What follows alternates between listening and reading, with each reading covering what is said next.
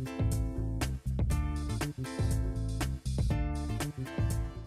welcome to the CRA Board meeting for the City of Tallahassee. It is now 9:30, and we are going to get our meeting started. We're going to call our meeting to order. Mayor Pro Tem.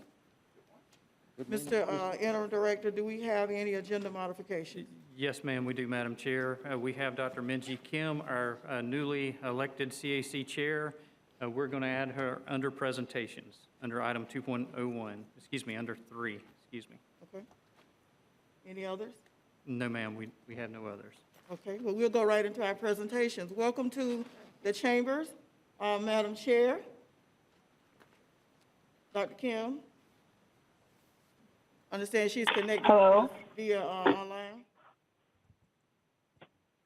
Can you hear me? Yes, we can. Thank you, and welcome. Oh, great. Thank you.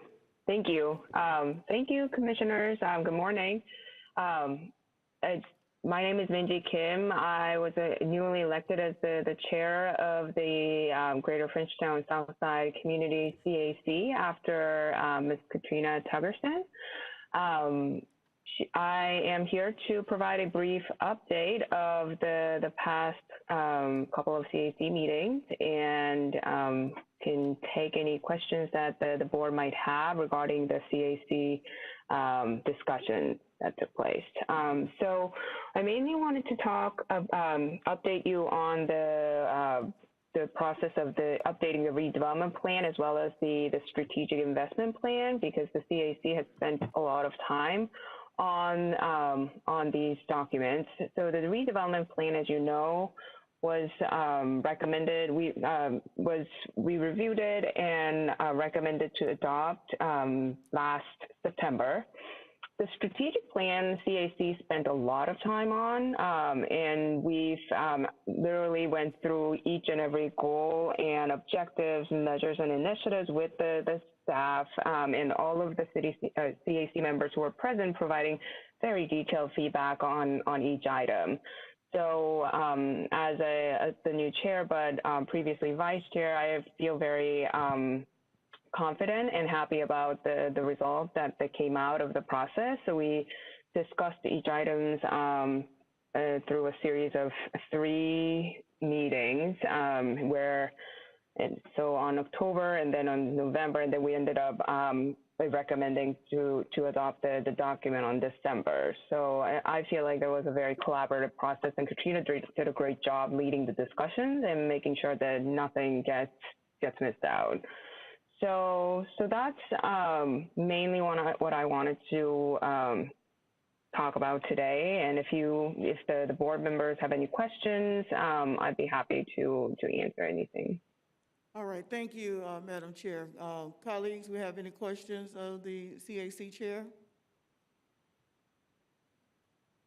Commissioner Porter? If I could just take a point of privilege, Dr. Kim was one of my advisors when I was in graduate school. And so it's really good to see you, Dr. Kim, and thank you for serving in this role. I'm really excited to work with you. Am I allowed to respond? Or? Absolutely, absolutely. Well, it is very good to see you, Commissioner Porter. I'm so excited to see you up there, and I'm very excited for your days ahead as the commissioner, as well as the CRA board, and looking forward to working with you. It's a pleasure. All right, and congratulations on being newly elected, and we look forward to working with you as well. Are there any other questions, board members? Thank you very much for your presentation. We will now move into public comment. Mr. Tedder, do we have any comments, any public comment? Yes, ma'am, we do. Last night I sent you, shortly after 5 o'clock, we had 3 written comments that were submitted online. Since that time, there were 3 additional comments that were submitted. We updated board docs to include those comments. In brief, I believe there were 4 support letters for the Challenger Learning Center request and 2 for the Lemoyne request.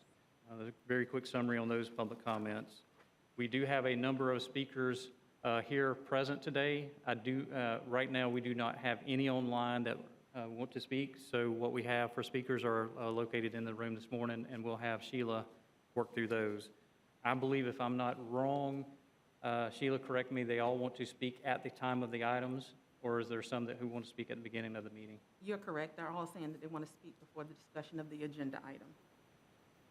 And so we do have one speaker on consent before we get to that. So other than that, they'll speak at the time of the agenda items.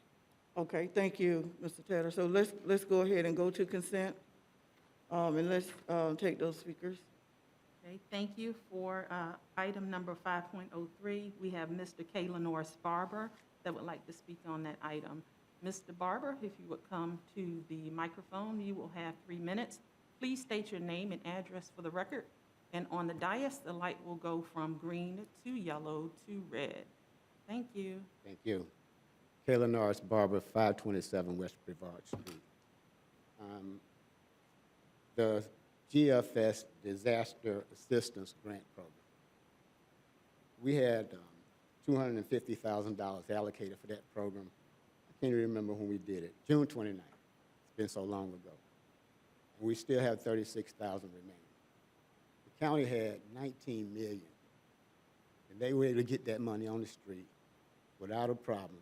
And we had a measly $250, and we still have 36 left. Now, here's the problem. The requirements were business must be located in the boundaries, no problem. You cannot have received monies from the county, the CEDA money. There was no reason for that requirement. Number 3, grants. You can't pay for assistance for the grant. Now, the county was able to give $100,000 to all the chambers to provide assistance to help people with technical assistance to get those grants. We restricted that. So then on top of that, what we did was, really if people applied, we put them under investigation, then we put them under interrogation, then we called them and asked them if they paid somebody to help them. It's like almost like you didn't want them to have it. Now, I'm going to tell you about black folks. If you call black people and say, listen, we want to know what you paid revenue. If you call us and say, we're going to call, they think you may call the taxing authorities on them, they're not participating, especially not for a measly $2,000. So we just need to do a better job. And consider all the cultural ramifications when we have programs like this. Now, what I'm afraid of is that we'll take this and then we'll say, there's no demand for the program. So since there's no demand for the program, we won't do it again. But in actuality, it's the requirements that are problems in the process. Thank you. Thank you, Mr. Barber. Do we have any other speakers on the consent items? We do not. On consent items, okay, thank you. I see waving in the back. Colleagues, we can entertain a motion on how to dispose of consent items. Second. Okay, it's been properly moved by Mayor Daley to move consent and seconded by by Board Member Richardson. All in favor? Aye. All opposed? Thank you very much. Motion carries. So moving on to our next agenda item. Let me just turn the page. See. Okay, there were no items pulled from consent. So we're at 7, Greater Frenchtown Southside District Policy Formation. So we're at item 7.01, approval of the updated Greater Frenchtown Southside Community Redevelopment Plan. Ms. Curtis? Good morning. Good morning. Good morning, board members and Madam Chair. Item 7.01 is the approval of the updated Greater Frenchtown Southside Redevelopment Plan, and I have a very brief presentation for you to introduce you to that item.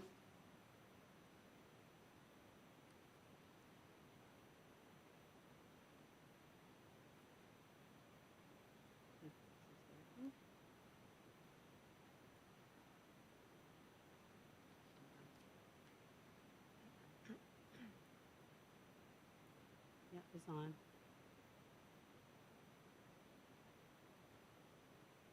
Okay, there we go. All right. Okay, thank you. The Greater Frenchtown Southside Redevelopment Plan should not be confused with the Frenchtown Neighborhood First Plan. The redevelopment plan focuses on the entire redevelopment area. It is instrumental in guiding the CRA programs, projects, and activities while directing how funds are allocated. The plan allows for zoning and land development regulations and is consistent with the comprehensive plan. Next slide, please.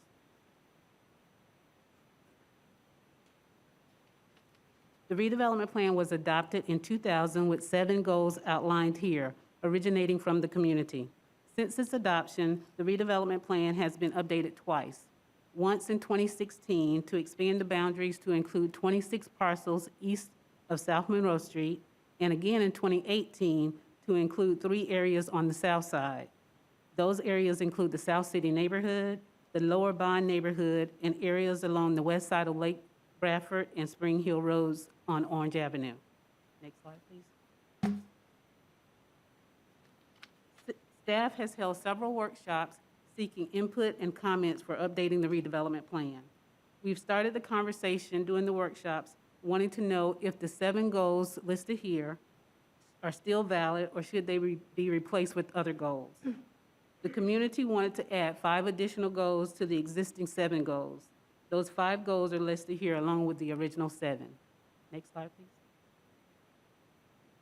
While continuing to seek input on updating the plan, community workshops were held in 2019, asking residents and business owners of the district to prioritize the 12 goals in order of importance.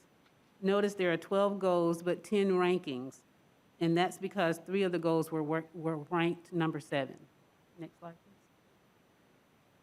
please. Once the goals were ranked by the community, it was noticed how they aligned with the city's priority areas. Some priority areas were linked to more than one goal. For example, facilitate affordable housing, encourage quality education, and support social services are all linked to impact on property. Next slide, please. The goals were later broadened and consolidated and linked to the priority areas in the city's 5-year strategic plan. The linkage provides specific methods of organizing and prioritizing projects, and it allows the CRA and city to leverage their resources to support similar community priorities. The 12 specific community goals became objectives in the strategic plan, which will be discussed in the next agenda item. Next slide.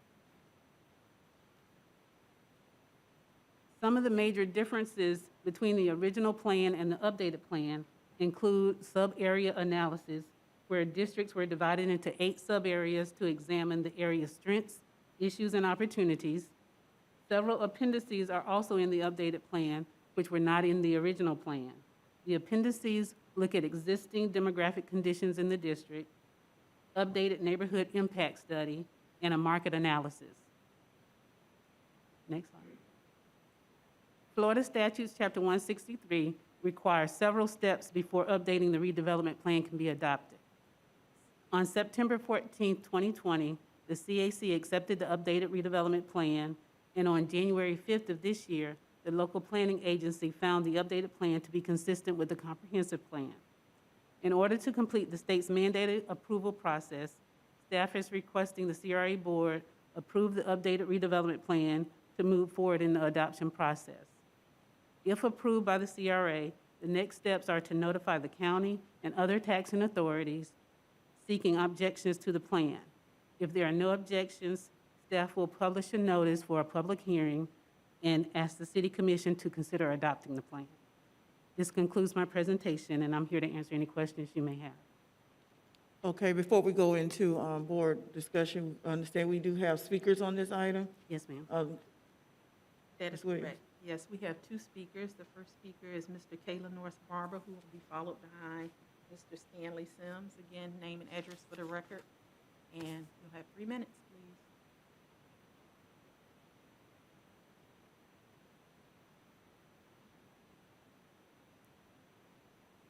Taylor Norris Barber, 527 West Brevard Street. The updated redevelopment plan really hasn't been properly publicly vetted. We're in the middle of a pandemic, so most of the folks in Frenchtown have not been privy to review this plan. I know we put it online, but they have not. Now, here's the issues with the update. The original plan is a great plan. Really, what we need is for you all to just implement the original plan. Really, the update is really not an update, in my opinion. It's just a watered-down version of the original plan. The original plan says we will create a thriving economic base. This plan says we'll encourage a thriving economic base. Now, economic development and housing has always been the top priority. For the original plan, it's the same in this so-called update. But for housing, we want to facilitate. For social service, we want to support. For education, we want to encourage, facilitate, enhance, improve. It's really a watered-down version. If you approve this plan today, you send a signal to us that you really have no intentions of doing anything.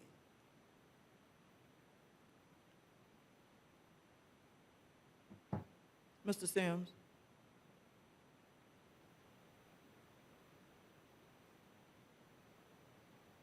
Madam Chair, often I've stood here and said things that is not tasteful. This morning, I'm going to take another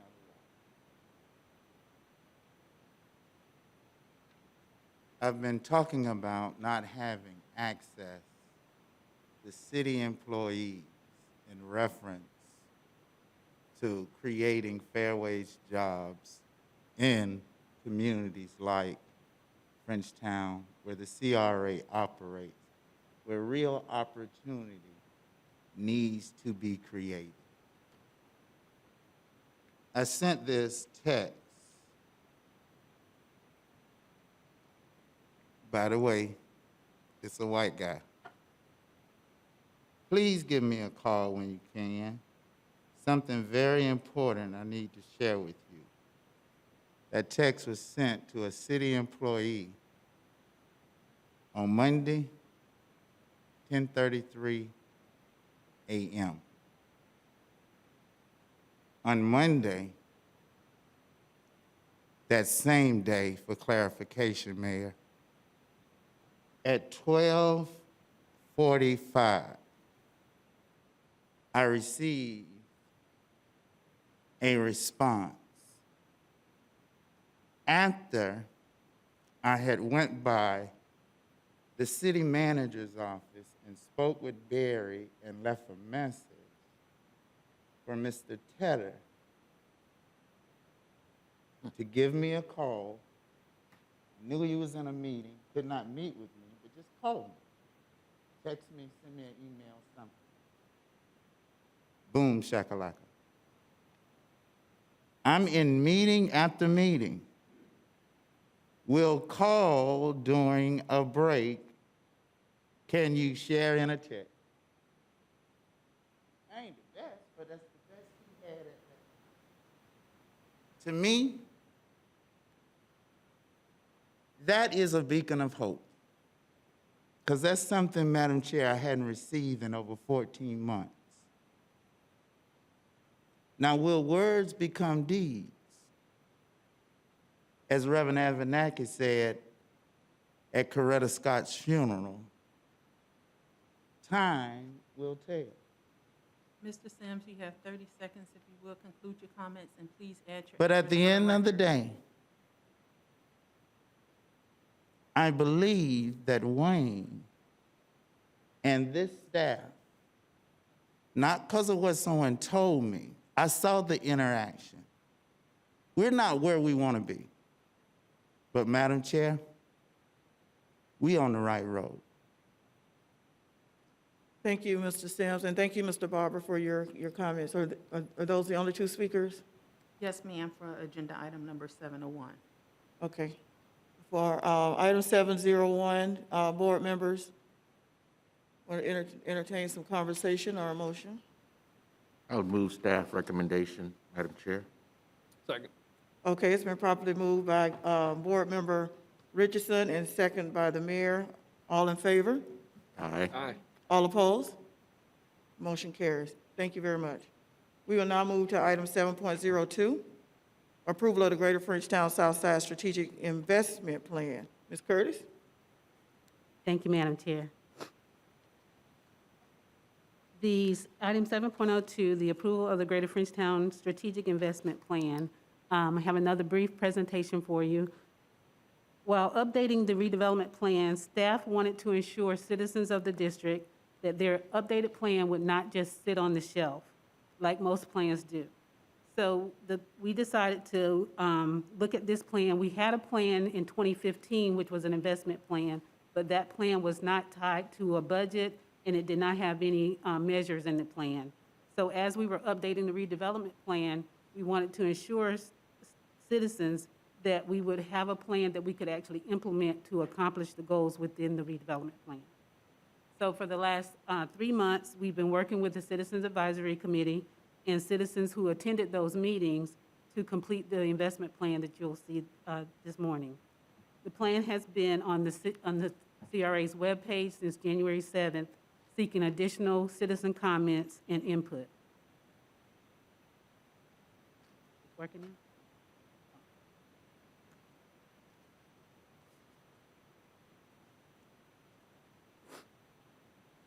The investment plan is a 5-year strategic plan for achieving goals in the community.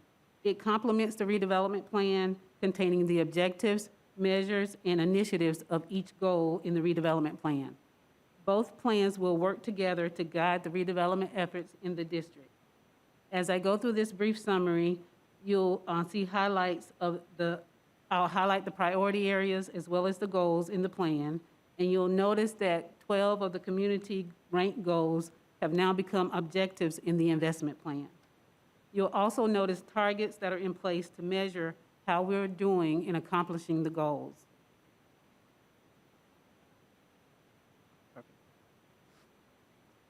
The number one priority of the citizens in the district of the Greater Frenchtown Southside District is economic development.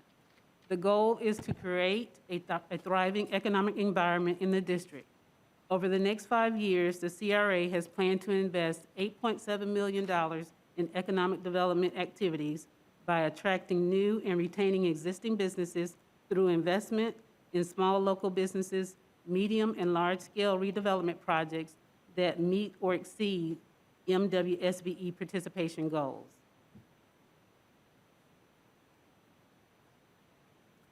The second priority for the community is impact on poverty.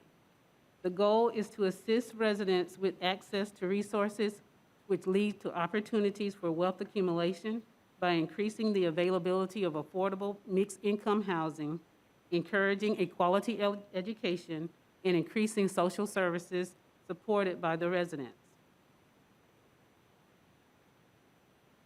The CRA plans to spend $2.5 million over the next 5 years to achieve this goal by investing in new affordable housing units, housing rehabilitation projects, and acquiring properties for new affordable units or to donate properties to qualified affordable housing developers.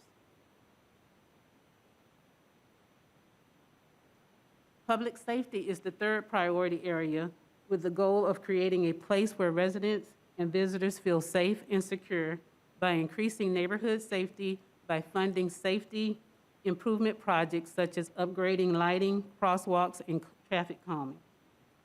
Many of the public safety projects fall under public infrastructure as well, which is currently planned for investing $500,000 over the next 5 years. This funding will be shared among our public safety projects. We also considered community policing under public safety. However, the CAC wanted to have a discussion with our Tallahassee Police Department before adding community policing in the investment plan. And currently, there is a future meeting that is being planned with the CAC as well as with the Tallahassee Police Department. We're coordinating efforts with Deputy City Manager Cynthia Barber currently.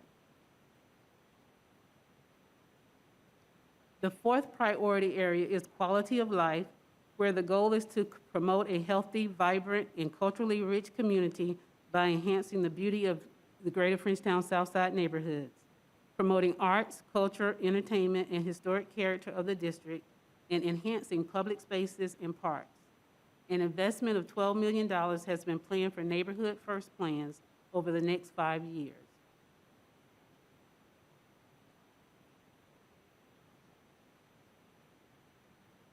Public infrastructure is the fifth priority with the goal of providing residents with various means of safe mobility and improved infrastructure by enhancing new and improving existing infrastructure through the investment of small infrastructure projects currently budgeted at $500,000, which again will be shared with public safety infrastructure projects. The sixth and last priority is public trust and organizational effectiveness. The goal is to create an environment where residents are encouraged to participate in the civic process, ensuring redevelopment efforts with community goals by facilitating community participation through community engagement workshops and informational newsletters.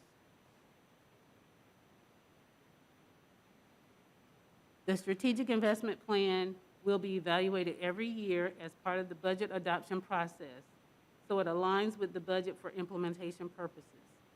The plan should be updated every 5 years, but can be updated more often if needed.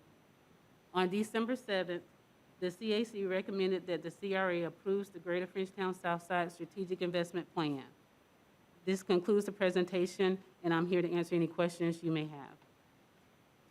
Okay, thank you, Ms. Curtis. Before we go into board discussion, do we have any speakers on this item? We do have one speaker on this item, 7.02, Mr. Kayla Norris Barber.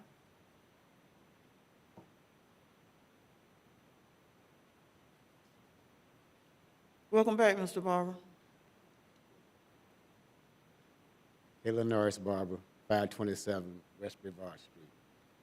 While I think there hasn't been enough public engagement on the plan, I'm going to surprise you. I think it's a damn good plan. And I want to compliment staff on the development of the plan, because they went through several iterations of the plan. And I especially want to compliment and appreciate Ms. Curtis, because she actually solicited my comments. I gave her 8 pages worth of comments. And as I went through the plan, I actually saw that she incorporated some of my comments, and I appreciate you, and I appreciate your staff for that. Good job, Wayne. Thank you, sir. Thank you, Mr. Barber. Was that the only speaker? Yes, ma'am. Okay, board, we're open for discussion or motion. I'd move Ms. staff Ford. recommendation. Okay, I saw Board I'm Member sorry. Porter. I just had a question for Ms. Curtis. Yes, ma'am. Do we have any idea how many neighborhoods have shown interest in the Neighborhood First planning process within the CRA district? I do not have any direct information on that because Neighborhood Affairs is the lead division on the Neighborhood First plans. So I can't tell you right now how many neighborhoods are actually interested in participating in that process. Okay. Do you, We can provide a follow-up. We're working very closely on updates to the Neighborhood First plans that are coming through the CAC and their next meeting, as well as to the next CRA board meeting. So you'll have a full update very soon. okay. Thank you. Any other questions? Okay, Board Member Richardson, I'll come back to you. Move adoption of staff recommendation. Madam Chair. Okay, it's been properly moved by Board Member Richardson and seconded by the mayor that we accept staff recommendation. All in favor? Aye. Aye. All opposed? Thank you very much. Madam Chair, Yes, ma'am. if I could just say, I'm really impressed also with the thoroughness of this plan.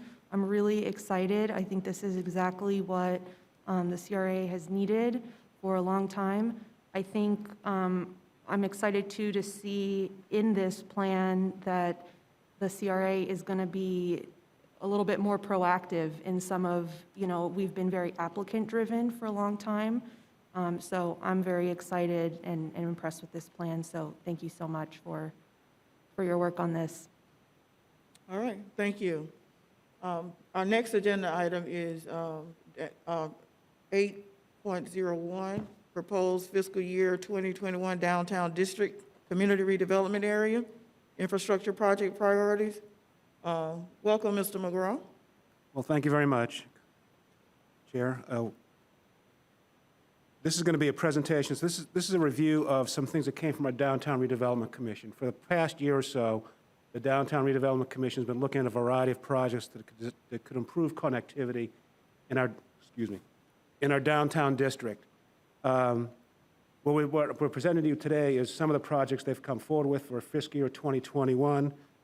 There are 3 bike ped improvement projects that have come from an assessment they prepared on the downtown needs for bike connectivity. There are 2 public parking enhancement projects that have been proposed by staff. And then there are additional 3 that we're going to review quickly, 3 projects that have been approved by the CRA interim executive director dealing with some of the bike connectivity issues as well. The total cost for the cost is about $472,000 for the bike ped improvements, $655,000 the park enhancements, and $35,000 for the 3 approved projects by the CRA interim executive director. Staff's recommendation is to approve the recommendations from the DRC, and we can answer any specific questions you might have on the projects themselves. Okay, thank you, Mr. McGraw. Before we go into board discussion, are there any speakers on this item? We do have one speaker on this item, Mr. Stanley Sims. Name and address for the record, and you have 3 minutes, sir. Mr. Sams? Madam Chair, there is one thing that I do share of a concern with Mr. Kenneth Barber, and that's the proportion amount of money that is distributed to the downtown area from the CRA. Yet, the downtown area lacks any minority business. I have brought this to the attention of CRA staff, as well as Commissioner Matlow, who has been working with me, and you have personally have walked with me. And so I only bring this item up to highlight that situation so that it's also on our radar. Isn't that right? Thank you, Mr. Sims. Was that our only speaker? It is, correct. Okay. Open for board discussion. Board Member Porter? I was wondering, this was a question I asked, and I think was maybe asked by others during our briefings. If you could, just for the benefit of the public, we got I have received some questions and saw some social media posts about kind of the light fixture replacements and whether that was a purely aesthetic expenditure. I was wondering if you could elaborate on sort of the reason behind that for future maintenance costs. Well, certainly. So we're looking at CRA's funding is looking at, so how can we improve here connectivity in the downtown district? One of the things we were looking at was where the lights are, where the lights weren't working properly, where the lights weren't providing good enough clearance for bike and ped connectivity at night. It makes sense for us, and CRAs do this quite often, for us to step up front and help out and get the process going first with the light improvements. I think it's a legitimate expense for the CRA. It's just, it's going to tie back to the issue of connectivity, and which is what the DRC was looking at, some of those issues being, it's hard at night to see where you're going, and certain parts, and particularly in the park areas, is maybe what you're talking about, the ones that are happening on the chain of parks. Okay, thank you. Mr. Taylor, did you want to add anything? No, I think Rick adequately addressed it. It's more than aesthetics. It's to function, to provide pedestrian enhancements in the downtown at night. Any more questions? So I was really, first of all, do we have a plan for how the pedestrian map, the ADA pedestrian map, will not only be kind of used or accessible to people who need that? If I've got someone in a wheelchair, how do I even know where to find that map? We're going to have to work on the map first, Commissioner. So we're going to be working with our underground utilities and public infrastructure department and our planning department, and we'll lay those routes out. But as you can imagine, every business, the key thing is getting them from the parking to the businesses or to the offices. So how we distribute that, we'll work with communications, we'll get the word out, we'll make sure everyone in the downtown certainly the businesses know how to get people who want to attend their businesses in an ADA accessible route. That will be widespread, but we got to complete the map first. Right. That's going to take some time, to be quite honest with you. Okay, thank you. You have any more questions, board member? Move option 1. Oh, I'm sorry, I was waiting. Do you have any more questions? Oh, no, ma'am. Okay, okay. All right. Board Member Matlow has moved option 1. Second. Okay, it's been properly moved by Board Member Matlow and seconded by Board Member Richardson to accept option 1. All in favor? Aye. Aye. Aye. All opposed? Thank you very much. Moving on to item number 9, both districts, 9.01, CRA Tourist Development Tax Projects Update. Mr. McGraw. Perfect. We have a short presentation on this agenda item, if you will. So I guess first to start off is that, this has been a long-term effort. This thing actually, some of these TDT funds started back in December 2014 when it was decided that the Performing Arts Center was not going to be built. And there's about $5 million left in TDT funds that can either be returned back to the county for the TDT, for the use by the Tourist Development Council, or it could be used by the community. And the CRA board, the city commission, and the county commission decided to put those monies back into the community in the terms of for a culture and arts projects. They contributed $2.25 million of those $5 million to the amphitheater support space, which is under construction or almost finished, part of the Cascades project on Cascades Park. And that left about $3 million for investment by the CRA, City Commission, the CRA Board.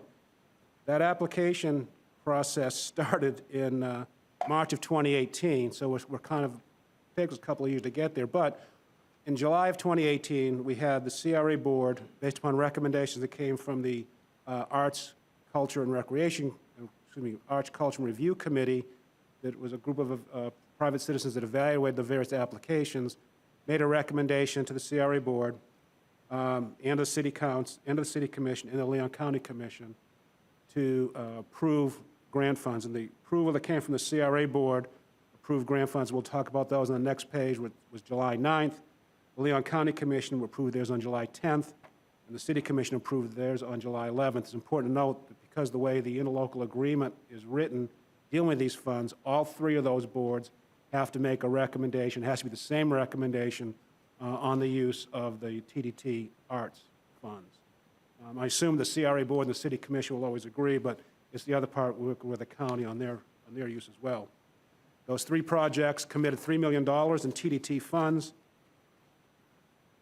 and they are shown here on the next page. That includes $189,000 for the John G. Riley Museum for their Soul Voices project. That has been completed.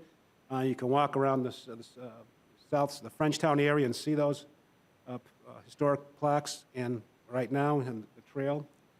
There was a $1.8 million was committed for the TLH Arts project. That was out of a total of $5.6 million. That required them, the TLH folks, to enter a lease agreement with FDOT because the building they were going to renovate was located below the two bridges as we go into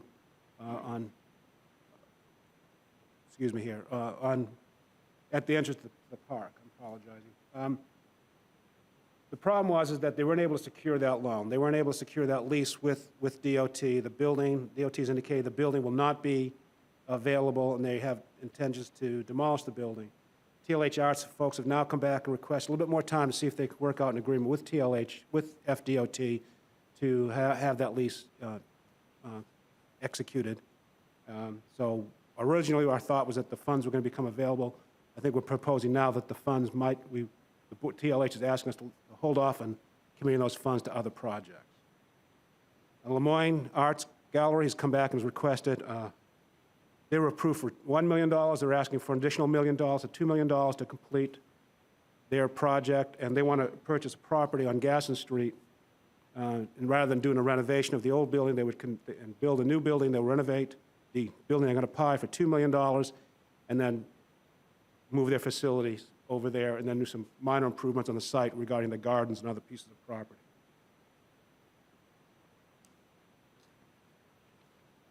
As we talked about earlier, there are certain funding limitations to the use of the TDT funds.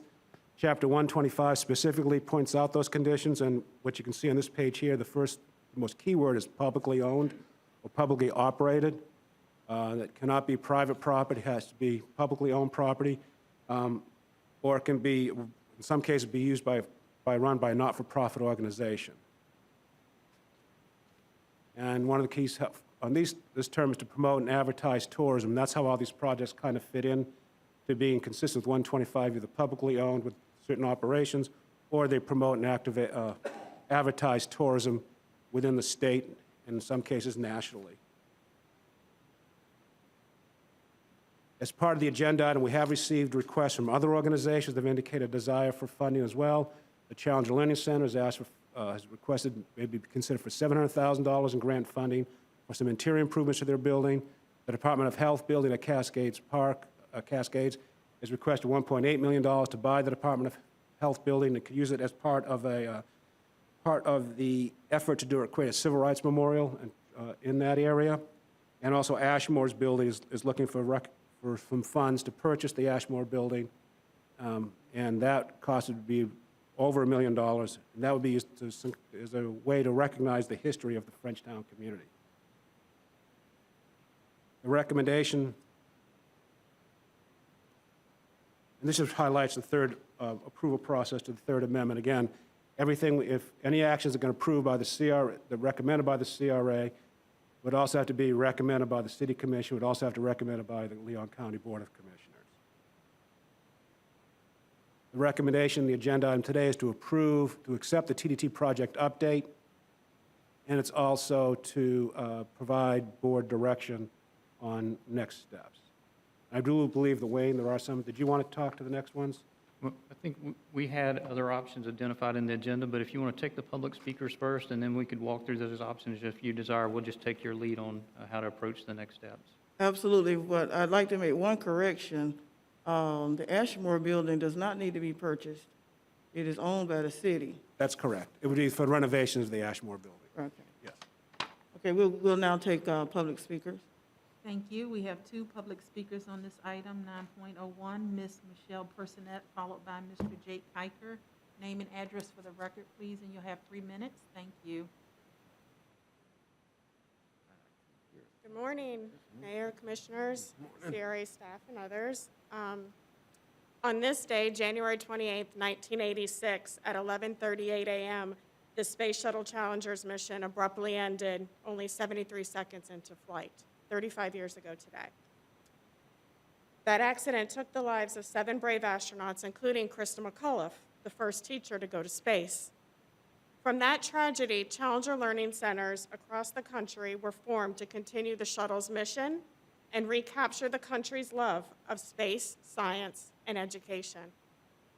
Opening in 2003, the Challenger Learning Center of Tallahassee was a unique partnership of local government, state government, Florida A&M University, and Florida State University. And since our inception, the center has become a leader in STEM education and a tri-state service area. And we've also become an economic driver for the 18-hour downtown. Apart from early investments in our creation from the City of Tallahassee, the Challenger Learning Center has sustained our myriad of community and education services through grants, donations, and ticket sales. To iterate, the Challenger Learning Center has not appeared before the City of Tallahassee Commission or the Community Redevelopment Agency for any funds since your opening commitments almost 2 decades ago. In normal years, we would not be here. In normal years, we'd serve 40 to 60,000 students, either in our classrooms on site in the IMAX theater, our space mission simulator, or in our planetarium. In normal years, we employ 66 full-time and part-time employees to assist with the over 100,000 annual visitors we get. But this is not a normal year. Instead, as all other organizations and businesses have done, we've had to pivot to survive.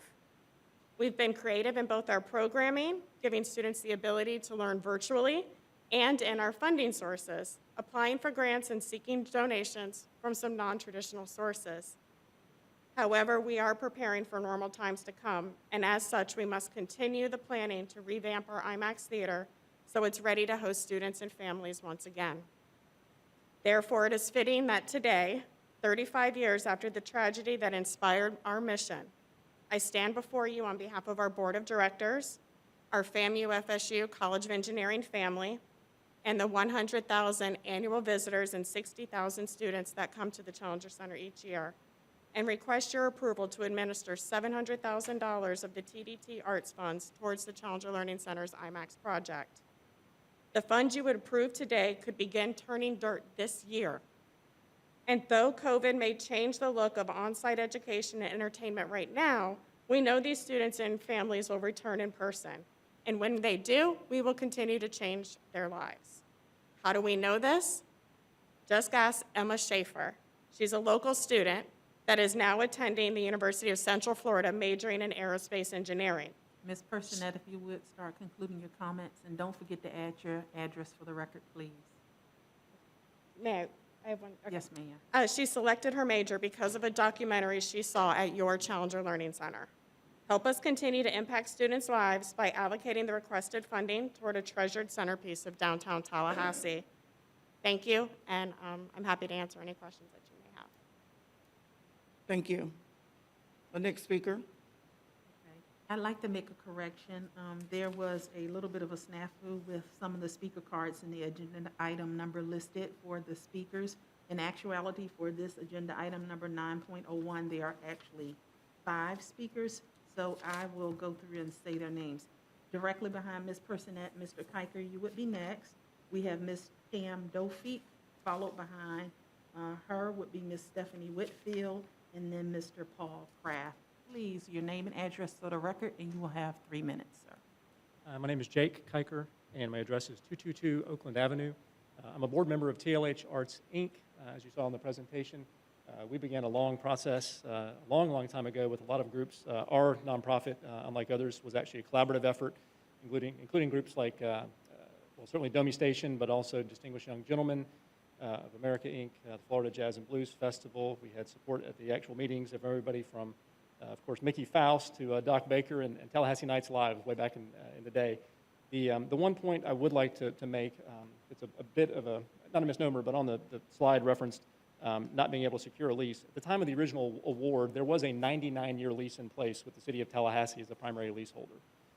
Due to some unfortunate circumstances beyond our control, that lease was, FDOT was notified that the city wanted to terminate that lease. And that put us down a 2-year trail of trying to basically unwind what was done.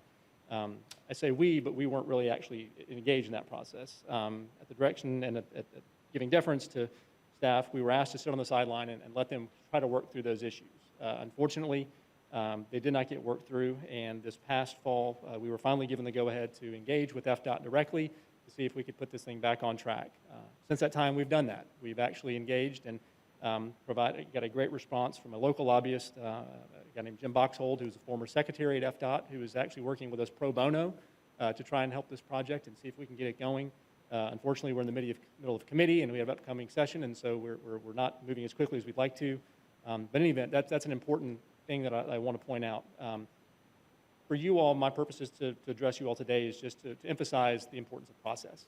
I fully understand and recognize that what we want from FDOT may not come to fruition. That is something that we cannot glaze over at this point. So I have no issue with us hoping for the best and planning for the worst. And the planning for the worst part, I think, is where the process comes into place. This was a very, very long and arduous process in the first place. A lot of community engagement was happening, community meetings. We had 4 different public bodies, which everyone brought these things before. And my concern here is that, candidly, until we got the notification and actually saw the agenda item today, we didn't even realize that we were on the chopping block until that point. I'm literally scrambling yesterday trying to call our board members and folks, letting them know what's going on. Obviously, there's been behind the scenes with a lot of different groups, which is fine. We think that if this thing opens back up, then a lot of groups are worthy. I think Challenger is amazing. Lemoyne is amazing. There's a lot of things that could happen. I had no idea that the center in Frenchtown was in public ownership now until the agenda item, which I think is a neat opportunity as well. I think all those should be explored, but my concern is again, the process. And so my hope is that you all would take time to decide what that process will be in the event that we cannot fulfill what we hope to fulfill. And my thought is there's no harm in giving us some additional time while you figure out what that next step would be. And to do so today, to simply say, hey, we're cutting off what was done over the course of almost 8 months in that initial process and approved by 4 bodies, to me is a bit rash and doesn't really emphasize the type of public engagement and input and process that this body has done a phenomenal job with since coming on board, even the newest members that weren't here when this original plan was put into place. So that's all I have. I appreciate y'all's time and can certainly answer any questions that you all may have if it's appropriate. Thank you. Thank you, Mr. May I Kiker. ask you a question, Mr. Kiker? Mr. Kiker, 2 questions. Yes. Number one, since you have engaged representation pro bono, when you say additional time, how much time are you talking? We don't know. I mean, in all honesty, we just don't know. I mean, this is a political process. I've never dealt with a state entity. Mr. Boxhold has provided us, and even our brief communications now, with more input on their workings and process and how we may have gotten to this place in the first hand, we being the city, with the lease. And the one thing I also would point out is in order for this to work, and this is where the city comes in as well, the only way this works is if the primary lease goes through the city, and as opposed to a nonprofit organization. And that's where really the initial kickoff that got the whole lease terminated to begin with was problematic, and it was in that slide again, so I want to make sure we understand that.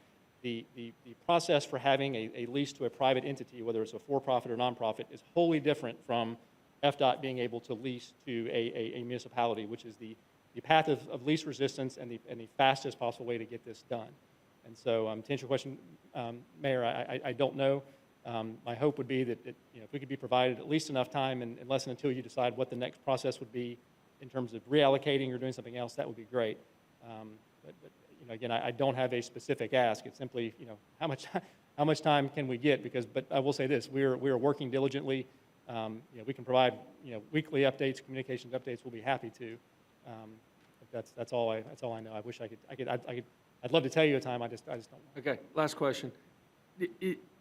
Is FDOT seriously willing to work with you to move forward? Because I'll be honest with you, the communications that we're hearing is it's dead. So, and the question is and I don't know, because I have not spoken directly with anyone at FDOT. We have at this point just gone through our new representative, who again, he believes that there are some very big wins. And again, this is a political sphere that I've never had any experience with, and giving us background in city-state relations. And so I simply don't know.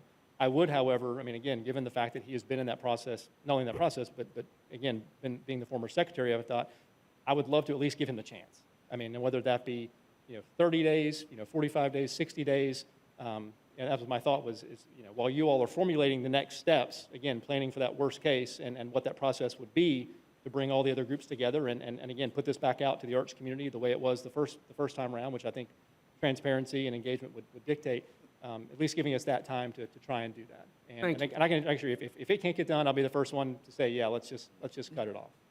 Thank you, Mr. Kiker. Our next speaker, please. Thank you, Ms. Doty, followed by Ms. Whitfield, followed by Mr. Kraft, and that will be our final speakers for this item. Name and address for the record, please. Pam Duffick, 9320 Royal Troon Drive. As the immediate past president for Lemoyne's board and chair of the collections committee, I've become aware a lot of Lemoyne's history and impact on our community, our region, and even nationally. I've been involved in the arts, culture, and heritage grants process since the beginning and the application. Lemoyne has a track record. Our art classes for children through mature adults provide many options to explore or continue exposure to the arts. And until this summer, we offered 10 to 14 classes and workshops each session, including painting, ceramics, stained and fused glass, and fiber and collage art, to name a few. Our Art Sparks and teen programming help create the spark and benefits of art to the young. Those benefits being logical thinking, making better students, as well as civic-minded individuals, whether they pursued art professionally or just as a hobby. The same goes for adults. Exposure to art in any form is a life-enhancing experience. and Lemoyne has enhanced lives. We have students who are third or fourth generation Lemoyne campers and class takers. Students who participated in the Mahaska-Whitley High School show and portfolio review coming into its 38th year have gone on to careers as full-time artists and many other professions because of the experience and scholarships granted. We want to continue to bring more people to the visual arts, but we need a bigger and better education building. We need space to offer more than 4 people at a time a chance to explore. We need a place that can continue summer holiday and school break camps to 40 to 50 young minds. The opportunity presented to purchase the yellow building next door gives Lemoyne that chance to expand and to vision greater our tagline of creating community through art. We can bring more of the community to the arts. By providing the $2 million CRA Arts, Culture, and Heritage Grant funding level originally recommended by the review panel as the highest scored applicant, this can happen. And it can happen in less time than our original plan of building a new education center and community event space. Fund Lemoyne and watch us grow our community and the regions around it. Thank you. Thank you. Our next speaker, please. Ms. Whitfield, followed by Mr. Kraft. Name and address for the record, please, and you'll have 3 minutes. Stephanie Whitfield, 2306 Charles Court. Good morning, Madam Chair, board members. Thank you for allowing me to speak. Lemoyne Arts has been at the heart of Tallahassee's arts and culture for nearly 60 years. Its signature events are an important part of our community's cultural legacy. Did you know when Lemoyne Art Foundation was established in 1963, it was the first private organization in our community to include a non-discrimination clause in its bylaws? Today, Lemoyne continues to foster education and diversity in our community through its exhibits and arts education program. Most recently, Lemoyne helped give citizens a creative canvas on which to express their discontent, support, fear, and encouragement through the Justice Through Art exhibit. In February, the Civil Rights exhibit, Then and Now, will be exhibited, highlighting our nation's ongoing journey for equality.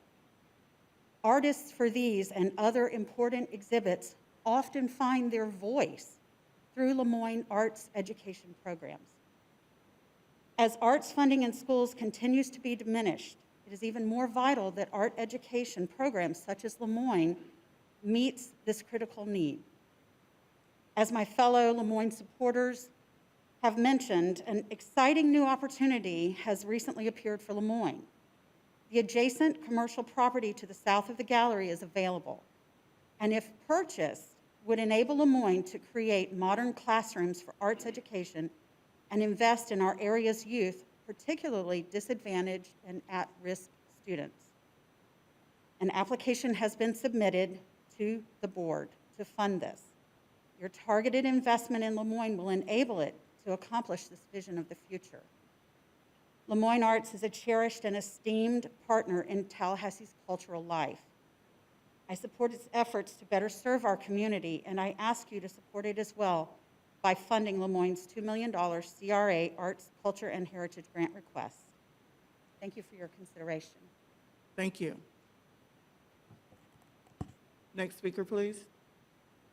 Thank you. Mr. Kraft, your name and address for the record, and you'll have 3 minutes as well. Thank you. And at the risk of being out of order, I'd like to begin thanking the mayor and the commissioners for approving our plan for Chain of Parks continuing on this spring and for the city's continued sponsorship. As y'all know, we had to cancel that last year. That is our biggest fundraising event of the year, and obviously it was sorely missed, and we did quite a lot of work to recover from that this year. I'm going to be very brief. We're asking you for two things.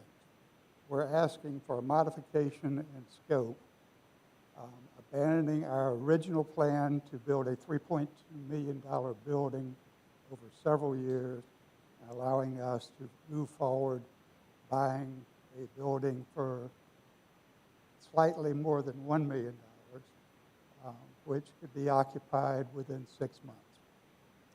We would spend the rest of the $2 million that we've asked for modifying that building to convert it from law offices to spaces that could be used for education and workshops. And Mr. Mayor, to address one of your concerns, this is something we can do right now. If you guys approve the scope change and the funding, we can close on this building possibly in the next 30 days. I'm already negotiating an option to purchase with Mr. Meyer, the owner of the building. Architects and people in the construction business tell me our modifications to that could be done in less than 6 months. So this is something that if you will be willing to fund and allow, we can roll out for the citizens of Tallahassee within 6 months. So I appreciate your consideration, and thank you. Thank you. Was that our last speaker? Yes, that's all the speakers for Okay. this item. Let's do this like this. We're going to do board discussion. We're going to start with Board Member Porter, and we're going to come all the way down, and then I'll make my comments last, and then we will entertain more discussion if we need to, and then we'll entertain a motion. Board Member Porter. Thank you, Madam Chair. This is a really tough decision because there's a lot of, they're all really valuable projects. I think where I'm coming from right now is, it's been almost 3 years now, 2.5 years or something since this was first kind of approved. I would love to see the TLH Arts space become a reality, but I really feel like we've got to move on, and we have to, as it is, and I understand the concern about, that several bodies approved this, but several bodies will also need to approve these changes now. So there will be other levels of approval. My understanding is that will take place, so we won't be making this decision unilaterally. I met with the Lemoyne Arts Center. I was very impressed with the plans that they had and my understanding was, and it was reiterated by the comments, they're really ready to go. And that could be super transformational for our downtown, for our art community. I think fulfills the purpose of the grant. They were one of the highest scoring applicants the first time around. As far as if we were to grant them their request, the change of scope and the additional funding, the question then, what do we do with the rest of the funding? I would really like to see, the only project that really is within the budget, as far as I understand it, would be the Challenger Learning Center request. That being said, I would really, really love to see the Department of Health building at Cascades be acquired by the city, be a Black Archive museum.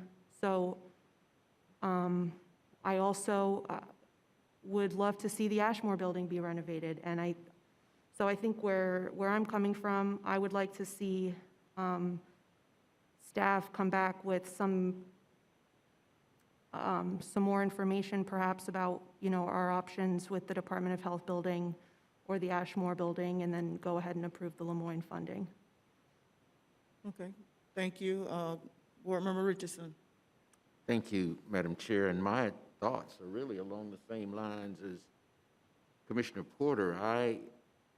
Jake, it's been a long time, and I think these are funds that should already have been invested in the community by now, and so I would have a hard time not even having a timeline of when the possibility might be for this to move forward keeping those funds, that $1.8 million, on hold when it could be invested and used in the community in a number of ways that have already been proposed. I would agree with the concept of Lemoyne and expanding its programs, because one of the things that has been talked about for a long time, and I think we need to be purposeful about how we do it, is expanding our downtown and making it the 18-hour downtown that we've talked about for such a long time. And I think that some of these projects, through some of the projects that are being proposed,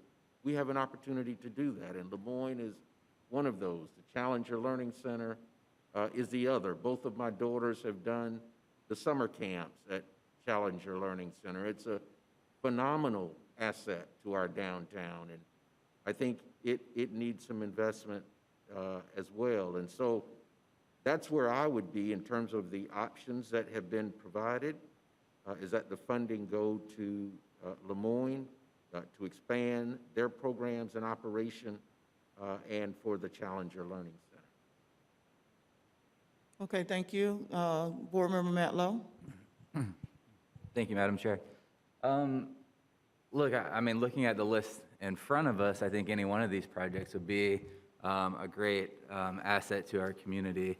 But I am a bit concerned about process moving forward if we rearrange the current awards, just because while there are great additional projects presented here, I'm sure there will be many more people who say, we didn't know that this was opened back up and we could even apply. So on the two projects that have previously been awarded, TLH Arts and Lemoyne, I'm disappointed it's been 3 years and we haven't had movement on either of these projects. And Wayne, I've been constantly asking, for updates over the last couple of years, like, are we going to get movement? Are we going to get movement? So I was a bit disappointed to see that TLH Arts wasn't engaged to help with the lease situation until November, because I think it would have been beneficial to engage much earlier to try to expedite that project through. But at the same time, I don't know the solution. What we have been told is that, FDOT was saying no. I would be open to a 30-day extension, a last-ditch effort to see what you can do and see if they can actually move that. But I do agree that we can't wait forever. We can't continue to drag it out. I did tour the Lemoyne facility. I think that would be a good investment, a great investment. They're doing good things over there. But when we start rearranging the dollars and bringing in other vendors, I think we need to just take a hard stop and unfortunately go back, since this will have to go back to the county. It will have to be a city commission decision as well. Start over. If it didn't work out right, let other applicants come in so we can hear what the Ashmore building may look like. I think that could be a great investment. I'm not sure what the ins and outs of that as far as who would operate it and that sort of thing. So some of these projects are more fleshed out than others. So it kind of puts us in a position to, if we were to award Ashmore's or the Department of Health building, where does that even go? I'm not sure. So I think we would just need more time and at least another day of discussion to figure that out. So unless we award a project today, I'd be happy to give 30 days to TLH Arts while we come back at the next meeting and make a final decision if we're going to open up a process or just switch the award. Thank you. Okay, thank you, Board Member Matlow. Mayor? Madam Chair, thank you very much. Wayne, remind me when our next CRA meeting is. March, let me get the date. First week, I believe. It's in March, First week of March? early March. Let me make sure. I'm sorry, March 25th is your next CRA board meeting. Okay. Roughly 2 months. So the way how I see it, there's really a couple of challenges here. And by the way, thanks for coming out this morning. We certainly do appreciate it. The first question that we're faced with is, are we going to decommit based on information from FDOT and what we're hearing from staff from the TLH Arts? Okay, that's the first question. Are we going to postpone? And Commissioner Matlow, I'm like you. I'm willing to give a little bit of a leeway with this new information of the former secretary who's helping you out on pro bono. So the first question is, as a body, are we going to decommit from TLH Arts? Now, question to you, because this funding came through when the county was still a part, would the county also have to make the commitment to decommit as well? Correct. All right, so even if we decided that we wanted to move in another direction, but if the county said, yeah, we want to give the extension, then that puts us at loggerheads anyway, right? Correct. Okay. So the first question is, do we decommit from TLH Arts? I too have been frustrated, as I know you have, Mr. Kiker, about the lack of movement. And there's so many moving parts with this. It's not a fee simple transaction. You got to have the city involved, the whole 9 yards. I am encouraged and actually quite thankful that the former secretary is helping you in a pro bono manner to see if you can get a definitive answer. The question is, if we push to the next CRA meeting, can you at least get an answer from FDOT of, you're dead in the water, or yes, we're moving forward with negotiations? I think you could probably get an answer by then. I'll be honest with you, we've got correspondence from FDOT saying we're not interested in engaging. Can the former secretary change that? I don't know. But I'm willing to hold fast on the commitment because I don't think the time between now and the next city commission meeting is truly going to make a significant financial impact on any of the individuals and organizations that are here today requesting funds. Also, keeping in mind, we really have no idea what the county wants to do. And the county might be really interested in giving them an extra 30 or 60 days to see if they can get a definitive answer as well. This is interesting because we're dealing with the county. We're dealing with us as the CRA, and we're dealing with the county, and then we're coming back as the city commission. Obviously, the decision we make as the CRA will be the decision that carries as the city. But I'm conscious of this, is what I'm saying. Now, to the organizations. I love Lemoyne. Y'all are absolutely fantastic. And I certainly do appreciate the time that you have spent with me. Your Arts in the Parks has been named the #1 arts festival in the nation, right here in Tallahassee. And sir, I certainly appreciate your kind comments about us moving forward with our actions from last night. Thank you. We love you, we support you. I'd love to give you every single penny if we could. Now, I do know, and you brought up something interesting, and I think it is something that we should consider separately. You do need us to approve your change of scope. Whether we give you a penny or not, in addition, based on the original agreement, you do need us to approve the change of scope. And by the way, I think it's fantastic.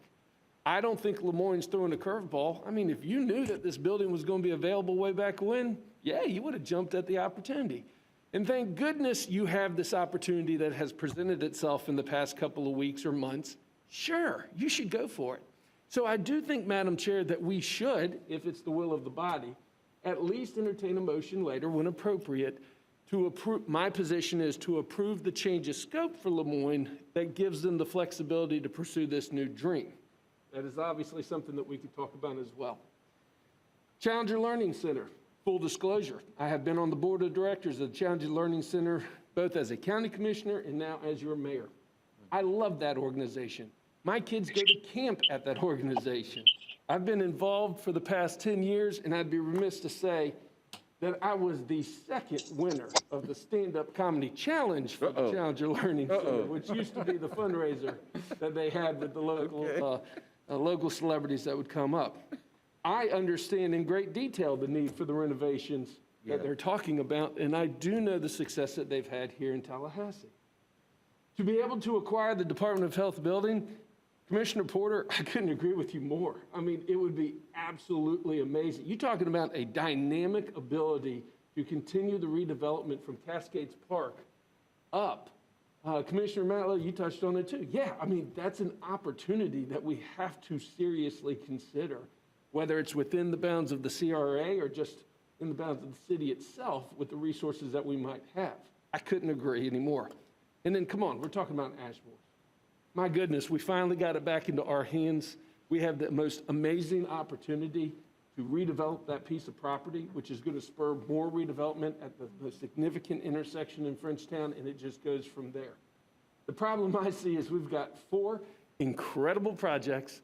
Each one could definitely use $1.8 million, and I have no clue how that would fall down and be divvied up. I mean, you know, it's easy to say, Wayne, find us an extra 200,000 so we have an even 2 million and just give everybody a $500,000.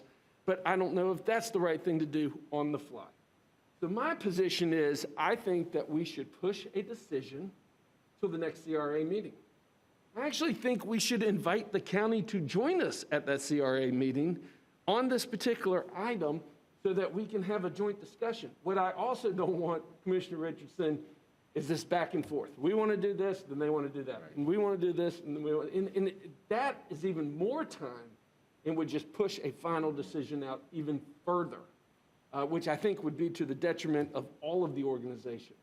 So I think at least on this agenda item, we should get everybody together, see if we can hammer out what we're going to do. We will know definitively by the next meeting, which is 2 months from now, March 25th, whether TLH Arts is officially in writing, not going to be able to move forward with FDOT building or not. And so that's where I am right now. I do think, though, that we need to definitely take consideration the change of scope for Lemoyne. Whether we provide the funding or not today, they need some direction on the previous funding commitment that we've given to. Thank you, Madam Chair. All right, thank you very much. You know, a good card player always let others play their hands first so that they can know where they need to go. So let me tell you my thoughts.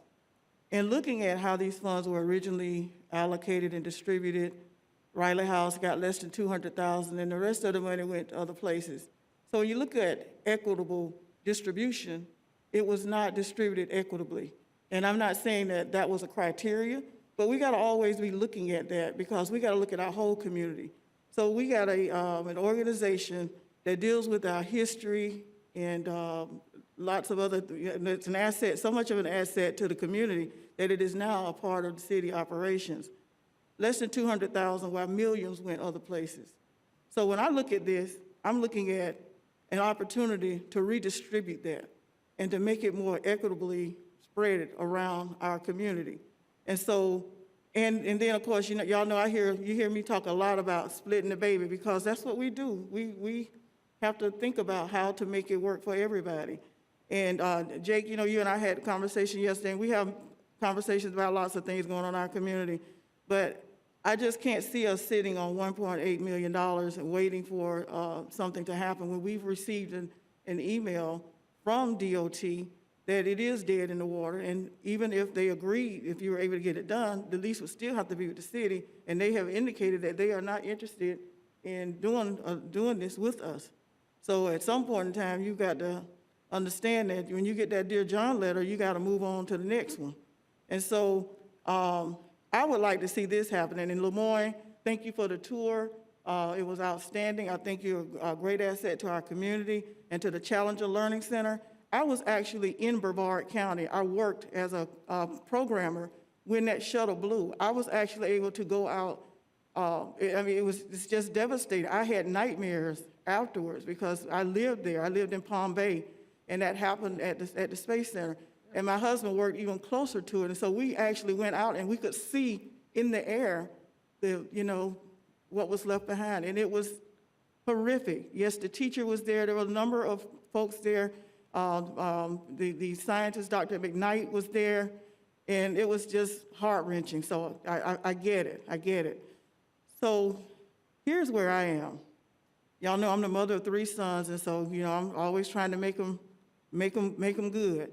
I think that we could take this $1.8 million and spread the love.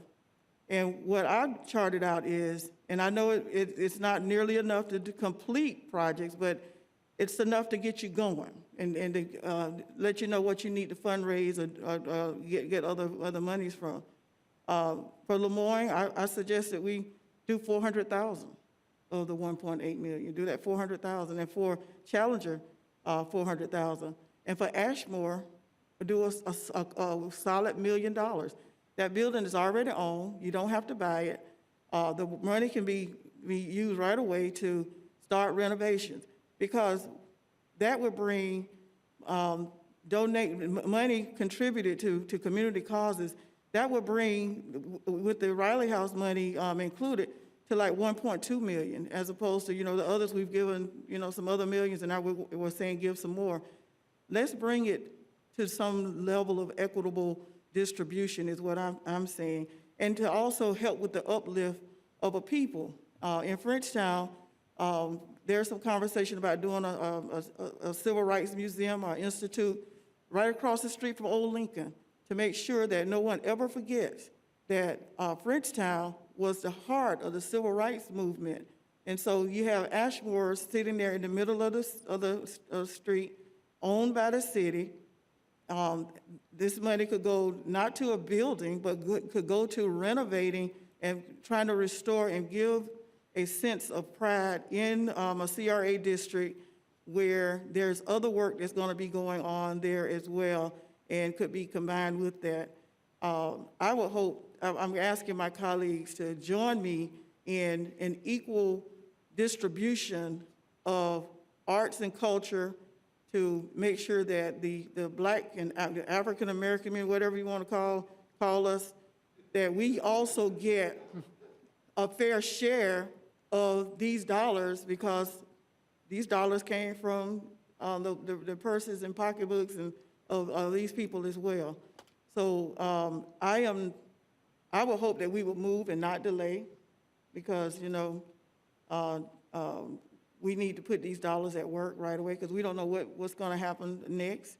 And I think that we can, Board Member Porter, I toured the old health department, and I too thought that it would be a great thing to do, but that money would go for the building instead of doing some things that we could go ahead and do right away, and we'd have to wait until they were finished as well. So I would like to see us split the money out, $400,000 to Lemoyne, $400,000 to Challenger, and $1 million to Ashmore's. So that's where I am. And I don't want to use my position as chair to bully anyone into making a decision, but I'm just going to ask you passionately to join me in this so that our whole community gets to experience this. And I know any of these projects, you say that everybody has an opportunity to visit, but I would offer to ask, what is the visitation for minorities to these other events and to these other organizations? How many of us actually go there?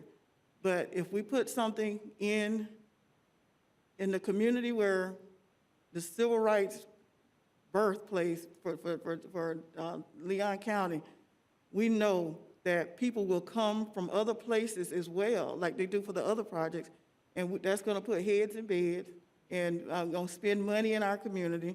So let's do what others have done. Instead of traveling to Montgomery to see the lynching memorial, let's bring people here to talk about how things were in Frenchtown and how we're trying to hold on to the culture and character of Frenchtown by doing something like this.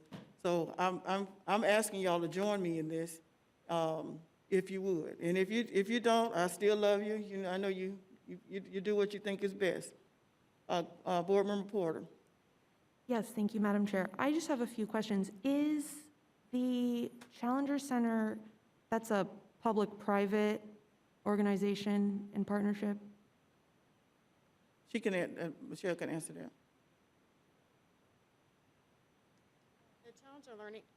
The Challenger Learning Center is owned and operated by both FAMU and FSU. So Okay. we're department outreach of the FAMU FSU College of Engineering. Okay.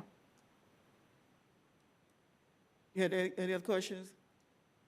Go ahead, Board Thank Member you, Richardson. Madam Chair. I guess my question, you know, I've heard the Ashmore building talked about for years. I know the family that owned it.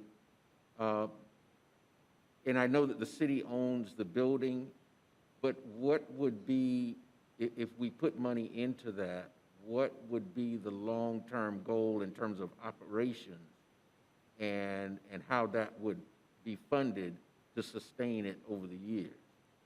Well, if you're asking me, I'll tell you what my thoughts are.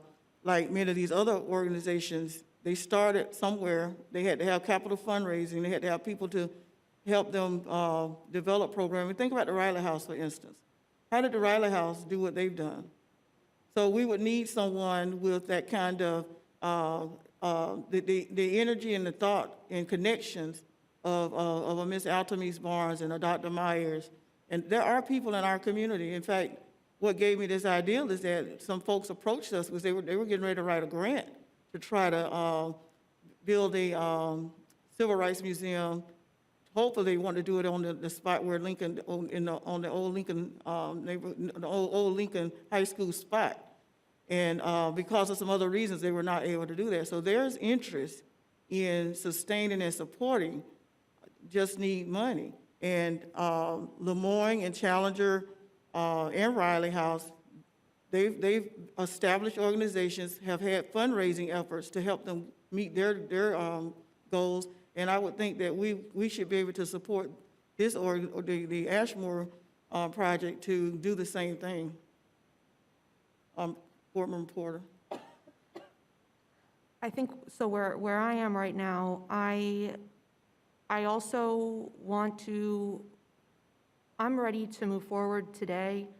I'm not comfortable waiting until our next CRA meeting. However, I do also want to avoid a back and forth with the county that prolongs this even beyond our March meeting. One concern I have is this question about process and kind of opening things back up. I feel much more comfortable funding the projects that would be city-run or are already city-owned than opening something up to other stakeholders.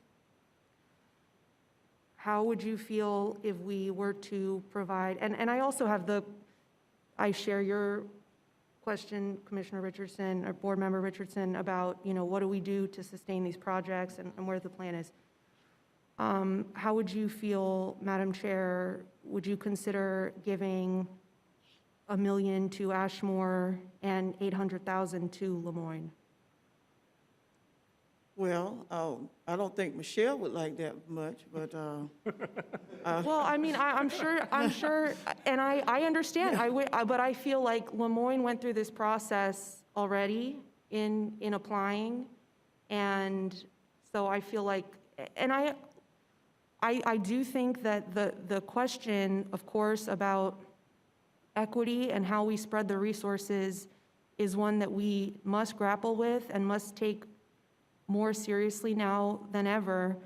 My concern is about the impact that our projects have, because if we dilute the funds to such an extent, then we can't really, no one is really getting what they want to do. I'm not sure that they will have the fundraising capacity or the grant raising capacity to actually, what I don't want is 3 uncompleted projects because none were funded to the extent that they need to be.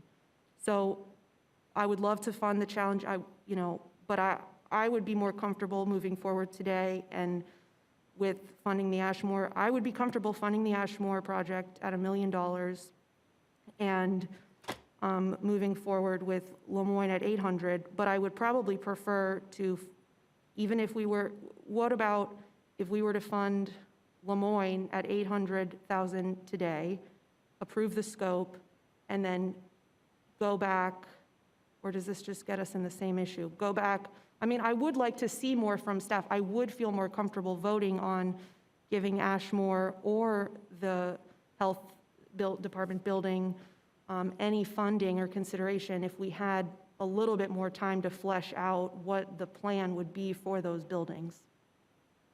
Okay. Have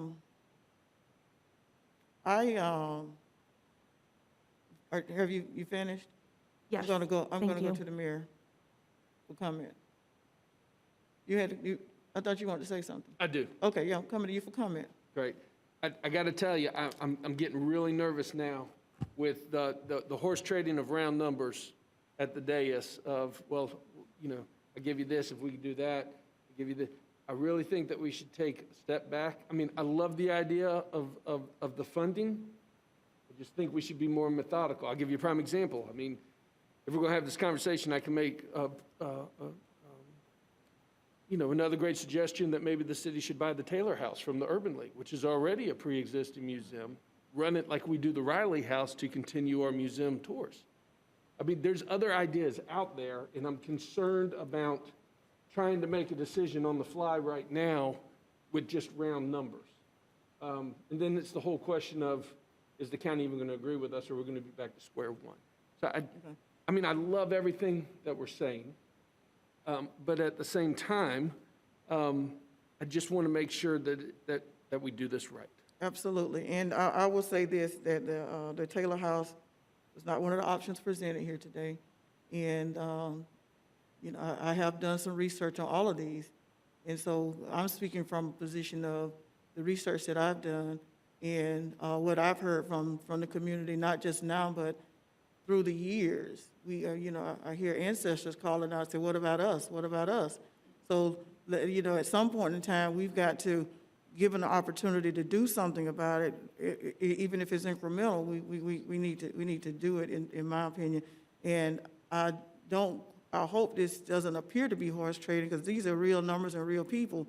And although, and to Commissioner Porter's thought, although we are not giving folks everything that they need, that's not our job to give them everything they need, because they have the ability to go fundraise and get the rest.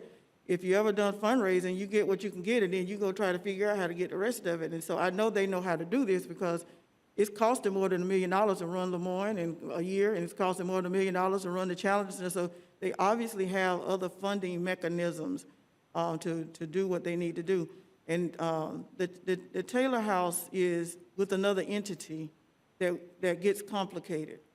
And I don't know if we want to get into that. And as far as going back and forth with the county, I would hope that our county commissioners, who are single district members for the most part, will want to do what's going to be good for their district as well as countywide. And I think that, you know, I used to come to these parties where the city and the county are sitting as the CRA. Those were not fun parties. They were ugly. And I don't want us, we're in a new world, a new climate. I don't want to assume that it gets ugly when we get together, coming all together again, but I want to give everybody the space that they need to decide what they want to decide. But it starts with us making a decision today that we can pass on for somebody else to make a decision. And I'm sure our county commissioners, our colleagues, will see the merit in what we're trying to do to more evenly distribute opportunity in the arts and cultural world in our community by supporting some of these. Board Member Porter. I have a question for Mr. Tedder. So if we were to take action today, when would that come before the county commission? I'm not in control of their agendas, but we can just forward the recommendation and just kind of get their feedback as when they could consider it. And then I can relay that information back to you all as I get that from county administration. Okay. So They would probably put on the next agenda. I'm sorry. They would probably put on the next agenda, right, county? Well, they'll need time to write the agenda. They may have other ideas too. Right, so- which would be next month? Next month? Mm-hmm. Okay. Madam Chair?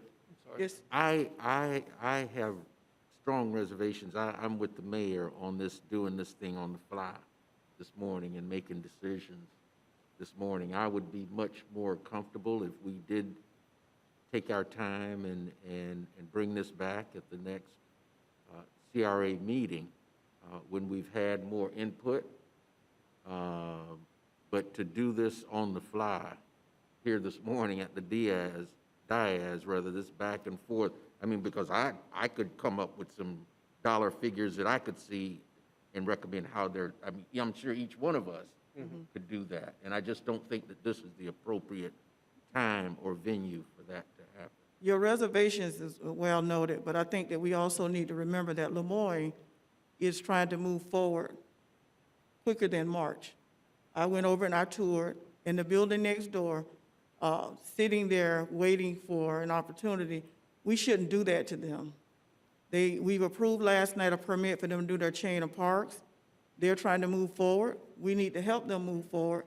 And I just think that when we're presented with an opportunity to make a decision, we do the best we can with the information that has been provided instead of kicking the can down the road, because other things will happen between now and March. And so, you know, we can't, I just don't believe we need to take anything for granted. I think that they're here today counting on us to make a decision one way or the other. And I ask y'all to come with me boldly and make a decision and live by it. And if something changes after we make this decision, then we do like we do in football, and since we're heading to the Super Bowl, you back up and punt. But I think that we need to make a decision and move on. Board Member Porter. Thank you, Madam Chair. I have a question for Lemoyne. You know, where are you, if one of you can one of them approach? Where are you at with your process? I mean, how I feel is that we were given many, many options, you know, on this, and I share the concerns also about, you know, we could all pick. Would we consider, you know, because it's also, like you said, about the timing, and that these projects, some of them have been waiting. I mean, do you feel like you could get the ball rolling with, I'm sorry, maybe I don't have a question. What I'd like to suggest is, if we were to, option one, accept the TDD projects update, formally close the TLH Arts grant award, approve the Lemoyne project scope change, increase the Lemoyne funding, and then either reopen the application process, or option 10, identify new projects that may be funded with that funding. So that would involve giving Lemoyne $1 million, and then we would still have the $800,000 that we could move forward on with more discussion. I don't know if that would be a compromise. I'm willing to hear feedback on that. Now, I was following you until you said give Lemoyne $1 million. I was on board, I could follow you there, but how did we get to Lemoyne for $1 million? Because originally you said 800,000, and I said 400,000, you said 800,000, now we're moving on up. Well, we can do it, I mean, my question was. Help me understand that. Well, that's what is in our options as far as what other commissioners has reviewed, and I guess my question was for the 800,000 is if that project, if you could even move forward with acquiring this property with 800,000 was my original question. Okay, Yes. Mr. Farrell. Yes, with basically a combination of the original 1 million and 800,000, we could move forward. The problem with our original scope, we were given 1 million for a $3.2 million project. That meant going out in Tallahassee and raising 2.2 million in donations for something that was nothing more than a blueprint. That's hard. If we took 1.8 million and went forward and raised another 250,000 based on a building that's there, based on classrooms whose name somebody can be put on if they'll write us a check, that's fairly easy. So yes, Okay. 1.8 million would get us started. Frankly, negotiating the purchase the day after we have a commitment on funds. The owner of the building wants to close quickly because he's trying to retire because of family health reasons. Okay. We could move very quickly. Everything else then from the completion date obviously would depend on the entire permitting and planning process, which we all know. But Thank you. Board Member Matlow. Thank you, Madam Chair. It's interesting how these things, work when we hear the feedback from our colleagues and try to decide, because, I came into this meeting with a completely different position that I think I have landed on from hearing from everybody. It seems the majority has decided to move on from TLH Arts. It seems most of us have agreed to provide some sort of funding to Lemoyne. So then that leaves the last question of how much, and is it enough to actually accomplish the project? Because that is a big concern, and I understand fundraising, but we do ask people to bring the money to the table, so we know it can be accomplished, and we're not in a position where we put $1 million on the table, and then it takes 3 years to fundraise, and it doesn't come to fruition. That being said, I appreciate the advocacy for the Ashmore's building, and I recognize it's unique in the fact that it is a city-owned building and would be completely under our control. So it doesn't really take the same type of application process because it will be us as a government entity deciding its future. So taking all that into consideration, I could support Commissioner Porter's recommendation for $1 million for the Ashmore building and $800,000 for Lemoyne. Is that a motion? So moved. Second. Okay. Sorry, Michelle. It's been properly moved and second that we allocate, well, actually, we need to look at these options, don't we? Accept the TDT projects updates. Option 2, formally close the TLH Arts. Option 4, approve the Lemoyne project scope change. Y'all help me out now. I'm trying to. Modified option 6 from 1 million to 1.8. 1.8 million.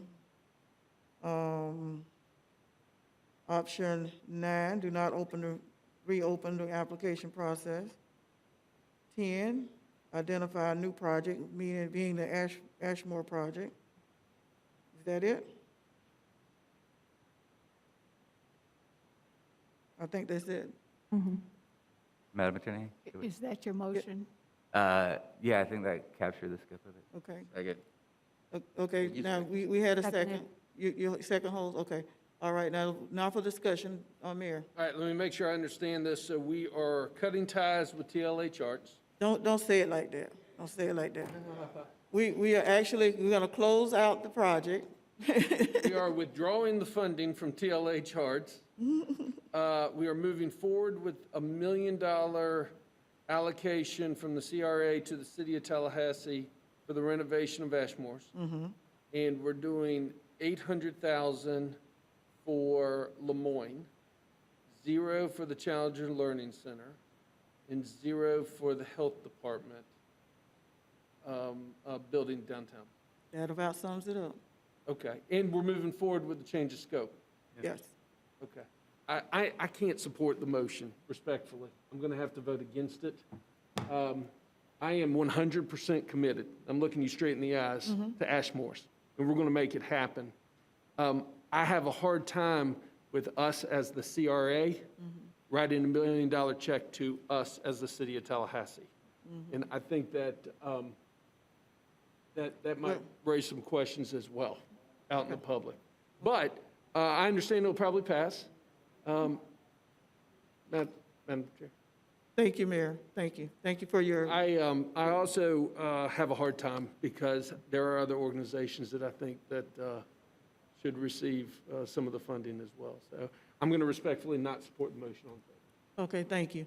You know, I know you came from the county. I know over there y'all accustomed to just saying, I ain't gonna support it.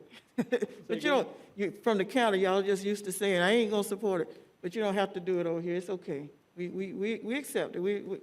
And I appreciate your transparency and all of that. Thank you. Anyone else? Any more discussion before we put this to a vote?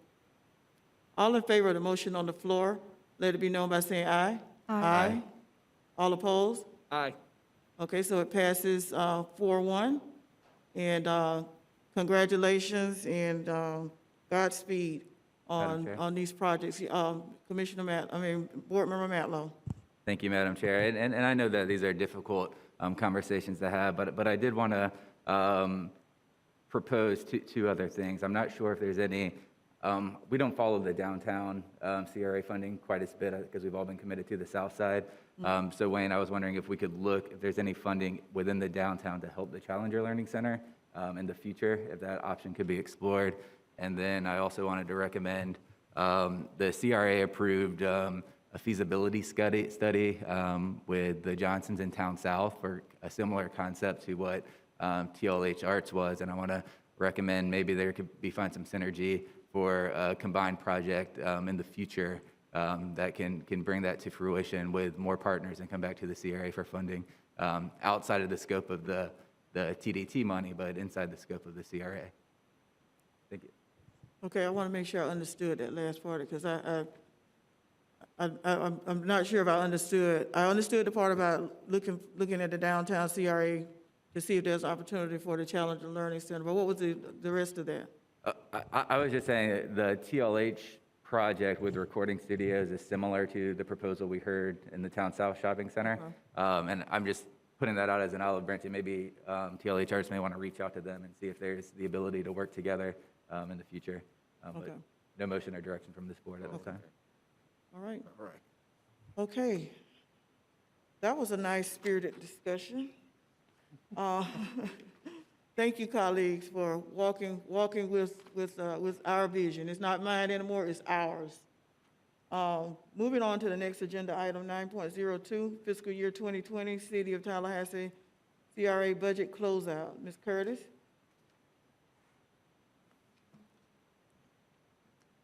CRA board members, agenda item 9.02 is the closeout report for the CRA board's acceptance. The report highlights the differences in the adopted budget and the actual expenditures and allocations for fiscal year 20. For both the Greater Frenchtown, Southside, and Downtown districts, the adopted revenues were $15.1 million. The actual revenues for both districts was $18.3 million due to additional income from the sale of stormwater capacity and additional year-end interest in the Greater Frenchtown Southside district, and a payment of $1.7 million from the Seminole Boosters, which removed their residential component in the Collegetown development from the tax rolls in the downtown district. The additional $3 million in revenue has been allocated to programs and projects in fiscal year 21. The adopted operating expenses for both districts were slightly over $951,000. The actual operating expenses were less than $695,000, mainly due to lower expenses in temporary wages, contractual services, professional fees, legal services, and supplies. The adopted capital expenditures were $9.3 million for both districts. The actual capital expenditures was $9.2 million.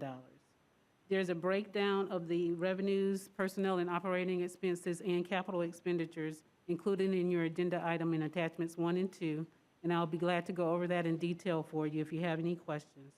Staff is requesting the CRA board accept the fiscal 20 budget closeout report and allow staff to make any year-end adjustments. Okay, thank you, Ms. Curtis. Do we have any speakers on this item? Yes, we do. For this item 9.02, we have one speaker, Mr. Kayla Norris Barber. I was gonna say, let me guess. Name and address for the record. You have 3 minutes. Welcome back, Mr. Barber. Now, the last time you spoke, you were passing out accolades. Let's see if this continues.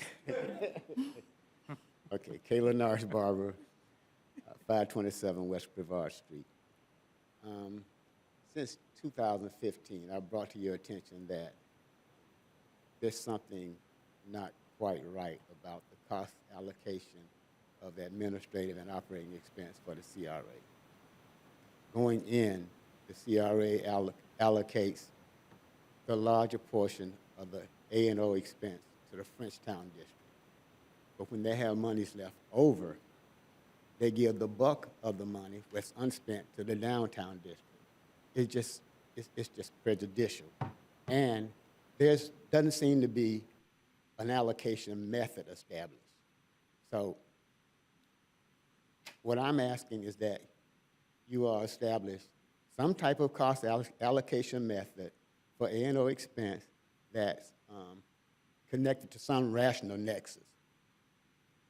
City has the God's expertise in that area. It's easily done so that if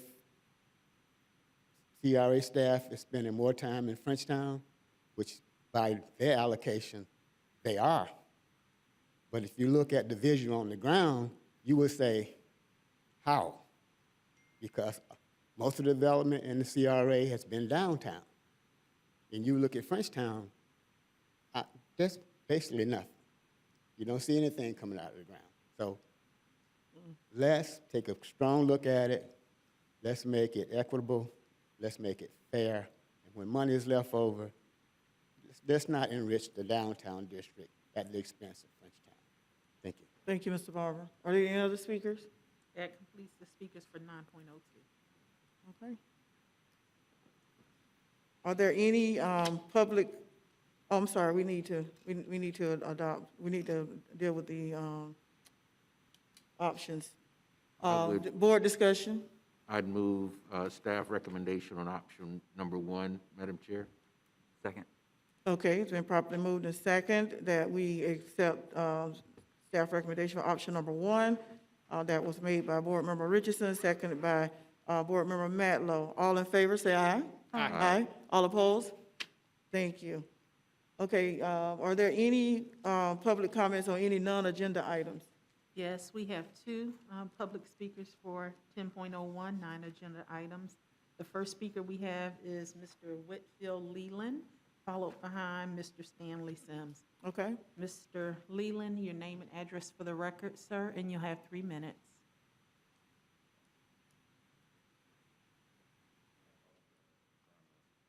Help out with the CARES Act and do this at the same time. My name is Whitfield Leland. I reside at 754 West 7th Avenue, Tallahassee, Florida. I ain't come up here for really too much of nothing, but I do want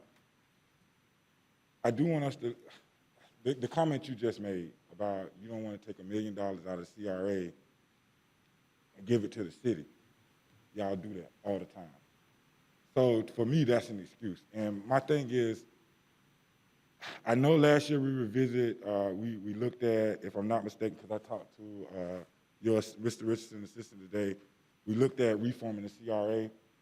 And I know that we looked around the state and what other people are doing in CRA. And we do this a lot when we come and we asking for a change or to go in a different direction. When the citizens asking for a change to go in a different direction, the commission directs staff to look around the state. I've said this plenty of times. Our city doesn't reflect any other city that I go to, especially in the black community. Because every time I go out of town, I go to every hood they have in that city to see what that city is about. Our city is nothing like any other city. So it's kind of disheartening when y'all say, okay, well, we looked around every other city and they're not doing it like this. They're in the same damn situation we're in because they're not trying to bring on new ideas and do new things. So, and I've really been looking at the structure and the statute of the CRA, and we can do more than what we're doing as far as engaging the community. Wayne is not supposed to be the director of the CRA. These are two different entities, but when you look at the makeup of the CRA, it looks just like the City of Tallahassee. It shouldn't look like that. According to the statute, now I'm not an attorney, but I understand a little bit. You know, I done been locked up, so I done had to read some case laws and understand it from a standpoint of, from my understanding to fit the situation. We twisting it. All I'm asking is that, because y'all didn't vote on it last time, it was a discussion, y'all tabled it. Let's relook at adding residents to sit with y'all, and let's look at getting a CRA director that's not connected to the city. And per the statute, the CRA should have its own legal representation. It should have everything the city has that y'all implement to use to help support the CRA. Y'all not supposed to be using the City of Tallahassee resources. It's its own entity reading the statute. So that's my gripe today. I will ask that we really look at reforming the CRA to kind of fit the language of the statute. And if the language of the statute is not correct, please somebody help me understand it, because, I mean, I'm reading it every day, and, I mean, what I'm seeing y'all doing is totally opposite. Thank you. Thank you, Mr. Lee. The next speaker? Thank you. Next speaker is Mr. Stanley Sims, name and address for the record. And there was one additional speaker, which will be the last speaker, Mr. Kayla Norris Barber, also on 10.01.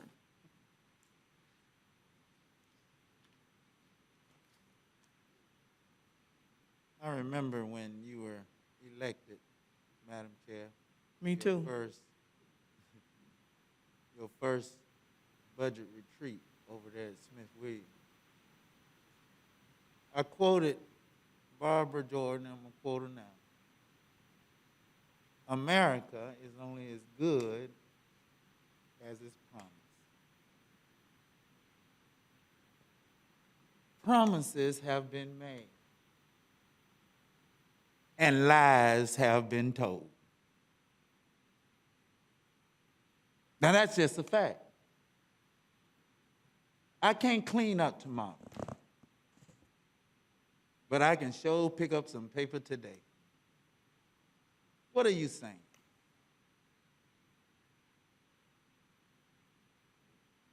Wayne, no. I am who I am, whether I'm here, there, or anywhere. This community has demonstrated we don't just vote black because Elaine ain't sitting there. We vote for results. And we on that train. Now, there ain't no warning. That's a fact. And getting past this to push your agenda, I'm working against that. We all gonna sit on our own bottoms this time. We ain't gonna vote because Sally said vote this way. We gonna vote because this is what we want. We ain't gonna even vote if you invite me over to a chicken dinner at your house. I'm gonna eat your chicken, swallow your lemonade, and vote my conscience. Now, my wife worked for a good lawyer, number 7 in the nation. But she had to argue to get that position right there. She had to call her pastors in. She got all kind of accolades. She could even qualify to be the city manager. But the city manager didn't have to call his pastor. Who he called? White folk. Thank you, Mr. Sims. Next speaker. Thank you. Our last and final speaker for cards that I have, Mr. Kayla Norris Barber, 10.01. Mr. Barber. Taylor Norris Barber, 527 West Brevard Street. I speak this time representing the Frenchtown Southside Community Political Action Coalition, which is a collective of community organizations dedicated to economic equity. And I represent the Alliance for Economic Justice. We have 3 requests that we'd like for you to consider today. 1, you adopt the CRA redevelopment plan and the investment plan. So we'd like for you to, number 1, establish a performance measurement system for the CRA. Number 2, create a program evaluation for all the programs within the CRA. And number 3, do an independent audit of the CRA as opposed to what you're doing now, because you do the audit in conjunction with the city's overall audit. 3 things. Establish a performance measurement system, provide program evaluations for all the CRA programs, and an independent audit. And we'd really like for you to consider it today, please. Thank you. Thank you for your comments. Do we have any more speakers? That completes the speaker cards and speakers. Okay, thank you. We're now moving on to the CRA Board Information and Sharing of Ideas. I'm going to start with Board Member Porter. Would you, and then we'll just come down the line. Thank you, Madam Chair. My only comment is this is something that I've been, we hear questions about the process. This is something that I've spoken to Mr. Tedder about, and I would like us to, the comment about performance measures, program evaluation, those are things that really should be and sometimes are in our annual reports, and I would like to see some more meat to that. That I think we can work on. And I also would like to see, and I'm not going to make a motion today, but I do want this to be something that I've spoken to Mr. Tedder about that we work on with the CAC, is having more specific, some kind of metric or process, especially when we're dealing with nonprofit applicants, like we were dealing with Ms. Dot. I think that's something that more CAC direction would be helpful both to staff and this board. And so that's something that I would like to see us have more discussion about in the future. Thank you. Okay, thank you. Let me just, on that last point about the CAC, I thought the purpose of the CAC, like other advisory boards, is for us not to give a whole lot of direction, but for them to give us direction.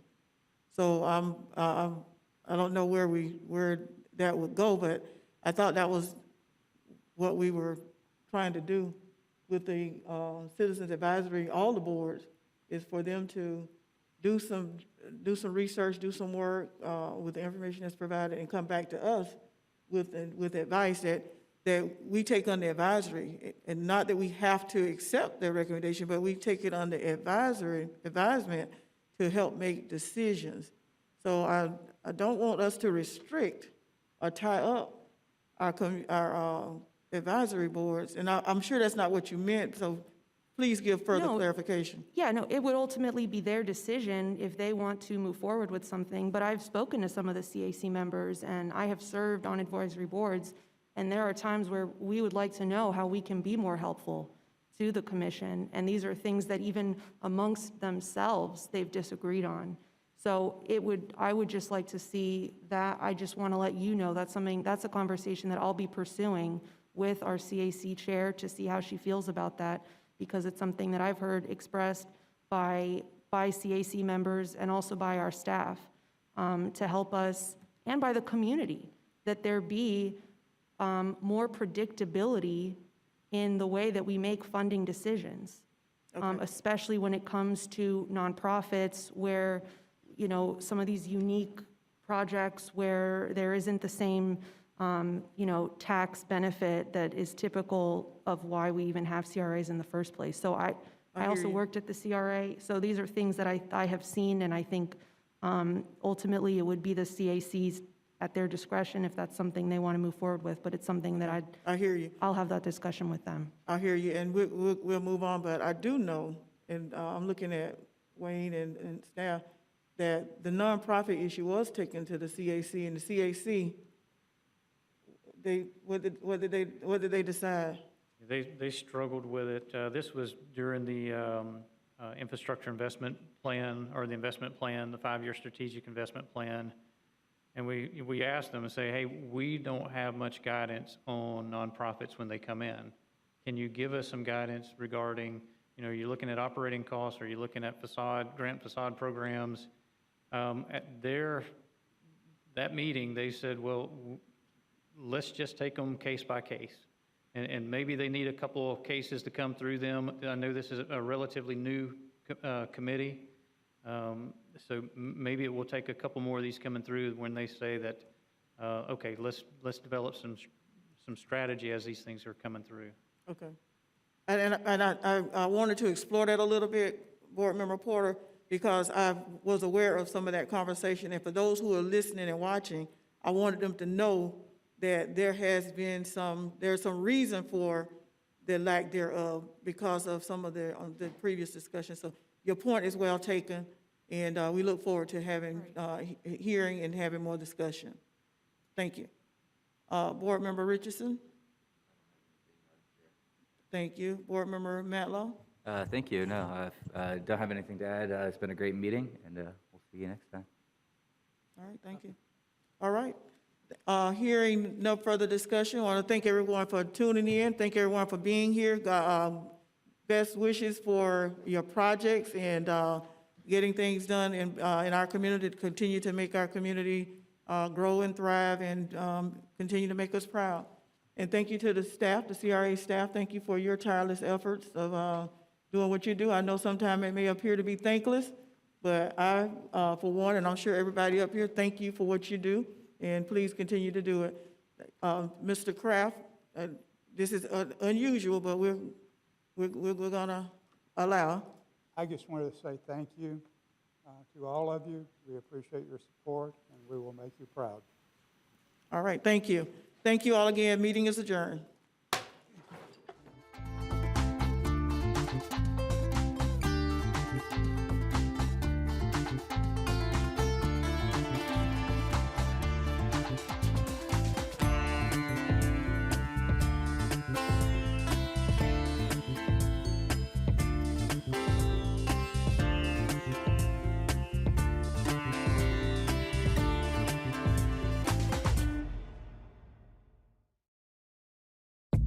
you.